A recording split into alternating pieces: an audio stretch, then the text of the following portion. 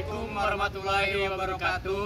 Perkenalkan, saya Ilham Muhammad Yusuf, mahasiswa S1 Teknik Elektro Universitas Diponegoro Angkatan 2016.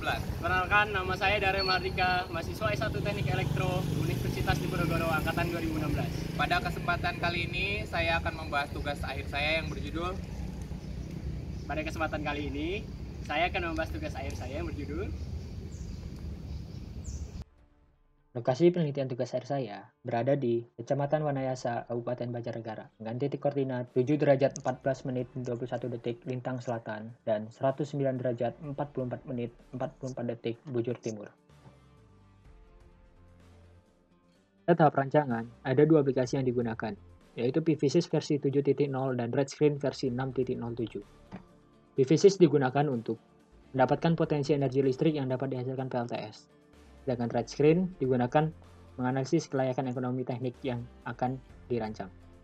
Pertama, masukkan data lokasi ke dalam proyek tugas akhir yang akan dibuat. Pastikan data yang diinput sesuai dengan data pada lokasi proyek tugas akhir ini. Langkah selanjutnya adalah menentukan orientasi panel surya.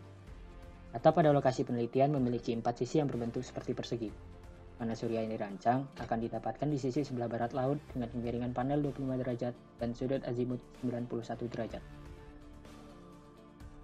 Panel surya yang digunakan pada PLTS variasi 1 adalah OSDA dengan kapasitas 400 watt peak banyak 3 buah dan inverter merek Solis dengan kapasitas 1,5 kW banyak 1 buah. Profil beban pada lokasi penelitian dibagi menjadi dua, yaitu beban saat hari kerja dan beban saat hari libur. Setelah semua data diinput, lalu jalankan simulasi PVSys untuk mendapatkan hasil simulasi.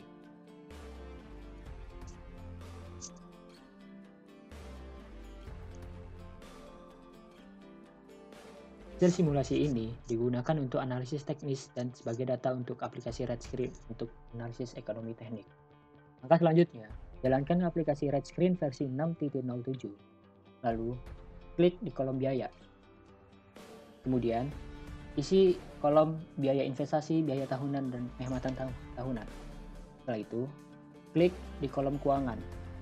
Lalu, masukkan tingkat inflasi, tarif diskonto, dan masa proyek. Semua data diinput akan didapatkan nilai NPV.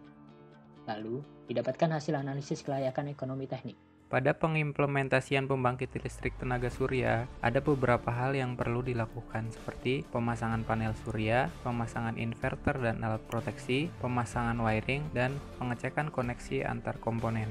Setelah semua peralatan terpasang, akan dilakukan pengujian pada komponen. Pengujian pada panel surya meliputi pengukuran arus short circuit, tegangan open circuit, iradians matahari, dan suhu panel surya. Setelah dilakukan pengujian panel surya, didapatkan hasil seperti data berikut. Pengujian berikutnya yaitu pengujian inverter yang bertujuan mengetahui efisiensi dari inverter, tegangan keluaran, dan frekuensi keluaran dari inverter. Setelah dilakukan pengujian inverter, didapatkan hasil seperti data berikut. Pengujian selanjutnya yaitu pengujian pembebanan. Pengujian pembebanan dilakukan dengan 3 kondisi, yaitu arus beban kurang dari arus keluaran inverter, arus beban sama dengan arus keluaran inverter, dan arus beban melebihi arus dari keluaran inverter.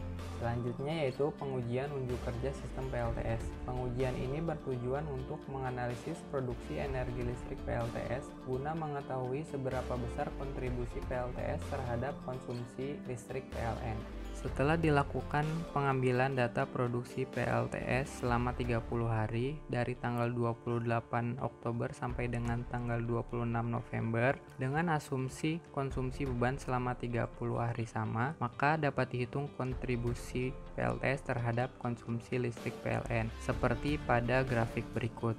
Di grafik tersebut dapat dilihat bahwa selama 30 hari objek peneliti hanya memerlukan impor energi listrik dari PLN sebesar 232,318 kWh dari total beban yang beroperasi sebesar 313,99 kWh. Ini menunjukkan bahwa PLTS dapat menyumbangkan kontribusi produksi listrik terhadap konsumsi energi listrik dari PLN selama 30 hari sebesar 81,673 kWh.